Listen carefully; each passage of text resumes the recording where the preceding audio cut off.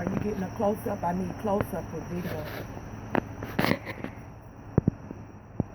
Do you have it on? It's on. All right. We're taking a video of a Whirlpool RX model electric range. Frank is taking a video. Thank you, Frank.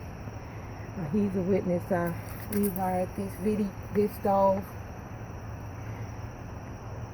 completely from the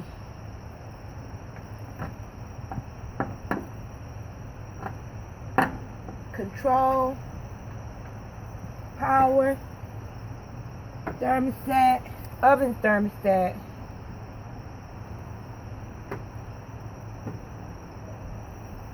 oven range element up to light indicator. That's the range top light indicator light here. Switches linked here and here. The double throw. It's actually a series of wiring coming from the main power panel, also connected on both sides through the main wire with double throws on each side. As well, those are running series. This blue wire here is ran in series going to the indicator light. Let me turn it back around to the indicator light.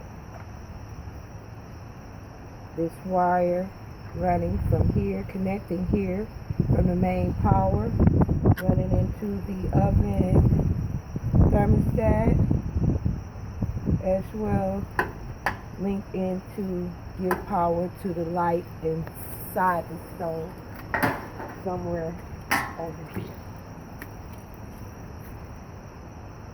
Oven thermostat connected with the purple wire up to the control board.